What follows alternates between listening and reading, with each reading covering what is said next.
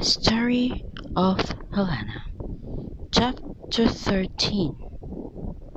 I try to go to the chapel, expecting to see Brother Ben, because I know chapel is his life, and he is always there, even when it is not time for worship. I told Echo that I needed to meet Brother Ben to talk to him about the mission. I know he will understand me and help me because we are both God's angels on different levels. I bought him the bananas and apples that I brought from the mini market because I am trying to be nice so he would say yes to me. I hope I can bribe him with the bananas and apples.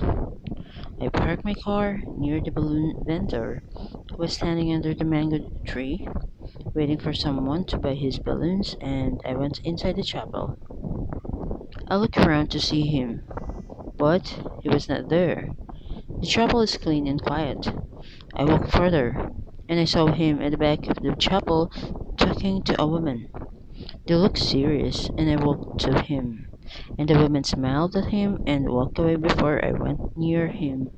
I don't know, but my feet and legs began shaking when I saw the playground at the back of the chapel. I haven't been at a playground, but it was familiar to me. The sereneness of the place and the birds chirping makes me suddenly scared. I walked slowly to him because I felt dizzy and I felt like I couldn't breathe. When another black and white memory suddenly flashes in my head, when he noticed me, the man suddenly approached him, so his attention went to the man. I gave the man a mean look. He's wearing a beige polo shirt and a black slacks, and I guess his age is 16 years older than me. He looks familiar to me. They paused from talking when they noticed me looking at the man, and Brother Van looked at me. Yes, what can I do for you, Helena?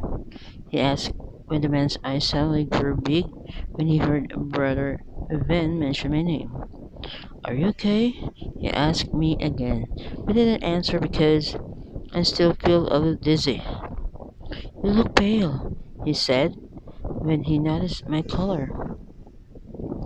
I had I haven't had a good sleep these past few nights, I answered, still looking at the man, trying to remember him because I felt like I already met him a long time ago.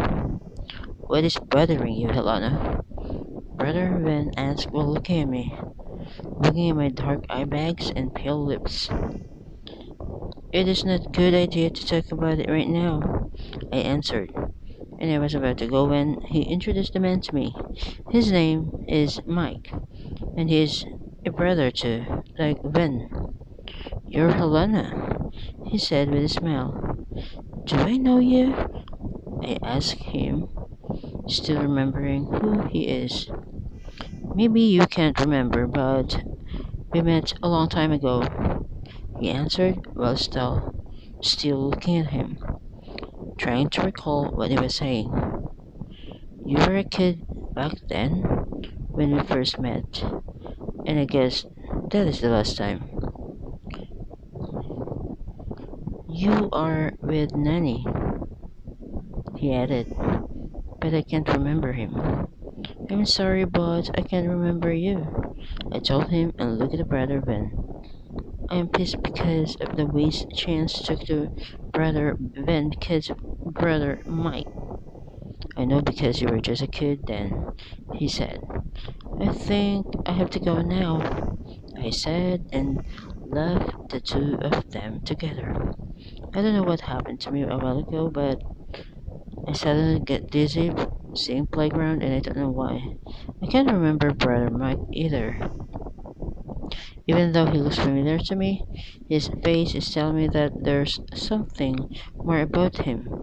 Not just an ordinary preacher, but I get pissed because of him. I went outside the chapel and saw the balloon vendor still standing with his balloons where I parked my car. He's still waiting for someone who will buy his balloons. I didn't buy his balloons, but I gave him the bananas and apples inside the plastic that I bought supposedly for Brother Ben. The vendor smiled at me when he saw what was inside. Thank you, he said, but I didn't mind him. I went inside my car and drove away. I'm pissed off, and I can't do myself now. I turned on the radio and played a Bad Girl song by Avril Lavigne, Marilyn Manson. That energized me. When I saw the red car that I hated most, I became madder. What a good timing. I drove fast and I followed the red car. I follow it wherever it goes. I don't know who is driving, but I'm pissed off. I feel like all my fuses in my sanity are disconnected because of what I remember about my nanny's death. That makes me awake for a week now. Plus, I haven't talked to Brother Vin because of Mike. That's why I am pissed off right now. Like a bullet, I go fast to my target, and I know that the driver already knows that I am following, so it goes fast. And I go fast until I see the stop. The girl who I think was the one was driving the car, she went down and kept on looking back. I guess she's trying to find my car.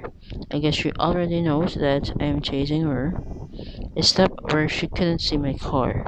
Her face was scared and she crossed the street. She went to the police station on the other side of the road, and I knew that she would report that someone was chasing her. A black car, but just a black car.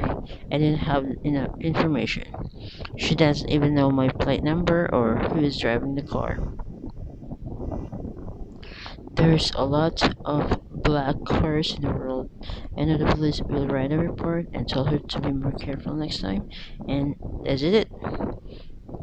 The report is over. Nice drive, bitch, I whispered, and I drove away. I went home, and I'm still pissed off. I lit a cigarette from my pocket and started smoking to ease my attention. What happened? Echo asked, and he looked worried even though he would not say it. I know I could sense it with his eyes. I haven't talked to Brother Ben because of that. Mike and I saw the red car again. That makes me so pissed. I answered while still smoking. Mike? So you remember who is now? He asked. No, I don't know him. I finished my cigarette and put it in the ashtray. What pissed me off is the red car. I added. I feel like I want to burn the car now. I continue. Echo walked close to me and hugged and kissed me. Easy, Angel. We have time for that, he said while still kissing me on my lips and down to my neck. I feel like he was a kiss that tickles me. He touched my arms down to my legs and is about to put my dress up to put his finger inside my panty when a picture flashes in my head in black and white, same with the one that flashed when I was at the chapel's playground. The playground, me and Mike, I was sitting at the swing when he went near me and offered me a lollipop and a candy ball just to go with him. He told me that he would just play it and was a secret game.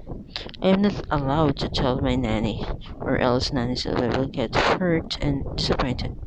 And she will get mad at me for not listening to her because she told me to stay at the park and just sit in the swing while she is talking with Brother Ben about the chapel's activity. I went with Mike because of the candy ball and lollipop. He used it to lure me. He takes advantage of my innocence and takes advantage of my trust in him. We sat on a bench where no one could see us, and he put his finger inside my skirt. He put his penis out too and let me touch it. I was only 6 years old when he abused me. I pushed Echo away because I couldn't take it. His kiss and touch made me recall what happened, which is why I never go back to the chapel with my nanny again. I always make excuses every time she asks me to go with her. I lied to her about why I shouldn't go with her because I am scared of Brother Mike. He is evil. Are you okay? He asked, looking at me in his black eyes. I can see that he is worried. I broke down and started to cry and told him everything that I recall. Another bad memory that is coming back. I was only 6 years old at that time. I cried, and I tried to compose myself even though I already broke down. How could he? I asked him while my whole body was shaking. He told me that Nanny Silva would get mad and disappointed if I told her about our secret game. He manipulated me. You remember who is now? I didn't answer, but I nodded, while still recalling the complete details. I don't know how to start telling him, but I tried. I was with Nanny Silva that day after the worship. Then Nanny told me not to leave the playground because she would talk to Brother Ben about some important matter when Mike approached me, showing me the lollipop and the candy ball. I know it's my fault for not listening to my nanny, but he takes advantage of me. He takes advantage of my innocence. I cried, hoping Echo will understand me. The pain that I feel again is like a hot iron that burned me. I remember what he did to me, and even it happened a long time ago. It is still fresh for me, like it just happened yesterday, and I will never forgive him. Echo hugged me, and I'm sorry to hear that. He said, it's not your fault, don't say sorry. So, what is your plan now? He asked. I don't know, I answered while crying. I take the Bible out of my cabinet, which I took from Nanny Silva's room, and open it to verse Deuteronomy 31 verse 6 and read it sadly because I want to clear my mind from everything that is happening to me. The Bible verse might help me clear my mind. I take a deep breath before reading it. Be strong and of good courage, fear not, nor be afraid of them. For the Lord your God, He it is that does go with you. He will not fail you, nor forsake you. I look up and close the Bible. The verse is right. Fear not, nor be afraid of them. What a beautiful verse! I closed my eyes and thought about the verse that I had read for a moment. Fear not, nor be afraid of them, I whispered, and now I have an idea, and thanks to the Bible that I took from my Nanny Silva's room inside her cabinet, Echo went close to me and said, that is right. Do not fear to punish people who have done you wrong. He said to me like a demon, whispering to my ear again. I feel like I am being hypnotized. He kissed me on my neck and punished him. He suggests, you're not just an angel in a mission, but also a punisher too. He holds my chain and makes me look at him. His eyes are tempting to me too, tempting me to be by him with his warm stare. He wiped my tears, smiled at me, fixed my hair, and whispered, bring him here, and we will punish him. He whispered that made me feel excited, making me smile and agree with him. Let us rejoice in his pain and suffering. In your hand you will have all the right to punish him, he said. He was right. My mission is to punish people like Mike too, not just to take away their pains, because Mike needs to be punished because of what he has done to me.